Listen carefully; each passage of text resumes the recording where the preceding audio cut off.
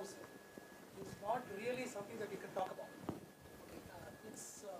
It's not super flat. It's not super fine in India. So considering that situation, how would you term the suitability of your VNA in Indian conditions?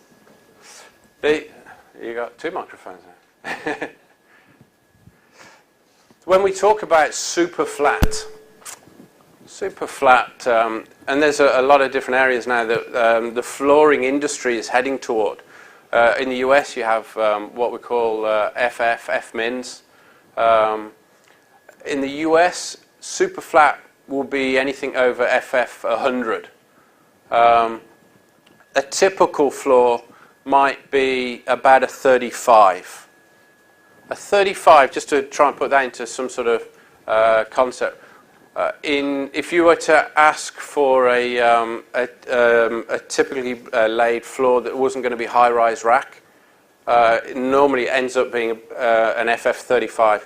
It's about a 5 millimeter discrepancy, left, right wheels, that sort of thing. Yeah. So that's achievable anywhere, I think. You agree? Yeah. Not in India. 5 millimeters? I think... that's one of the major challenges. Yeah. That's why VNA as a product has not really reached out to the mass in India today. Because the people who could do that kind of a flooring, and the investment that is associated with achieving that kind of a flatness, has been one of the hindrances in adopting to VNA technologies in India.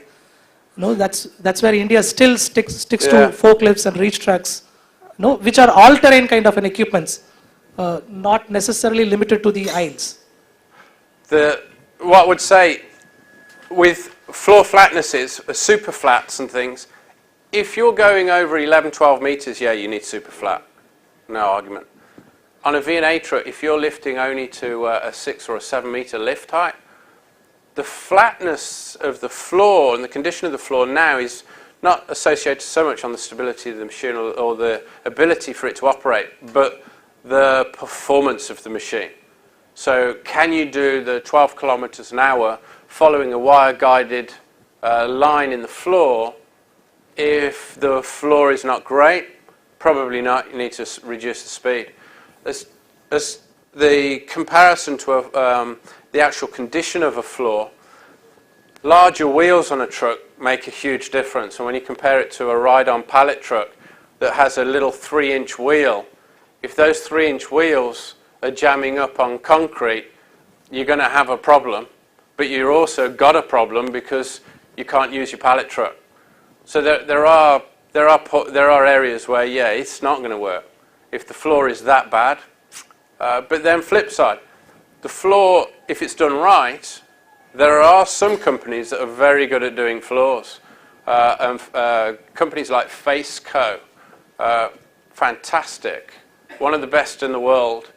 And if they lay the floor correctly, it doesn't necessarily then cost a fortune. What does cost money is if you lay a floor incorrectly and then need to repair it, because you're paying for the floor twice then. Yeah?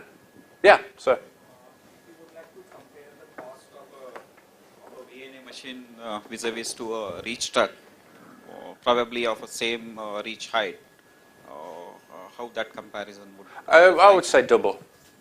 Yeah, it would probably cost twice as much.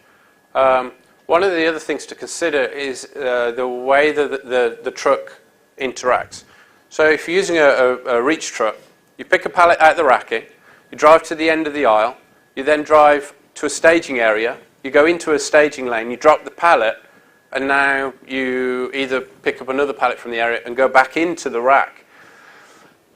Let's assume that the distance it's travelling there, the end of the aisle is halfway. Switch it to a V&A style machine, it's in the aisle, picks the pallet and drops it at the end of the aisle, goes back, and he's now working on another pallet. So you would need a lot more reach trucks to be doing the same productivity as the V&A. Granted that with V&A, you need other support trucks. But those other support trucks tend to be the pallet trucks, ride-on pallet trucks, and can be utilised in many other areas within a warehouse. So yeah, it is a more expensive truck, without a doubt. But there are other benefits that you get from it in the way that it operates, in the fact that the aisles are smaller and that sort of thing.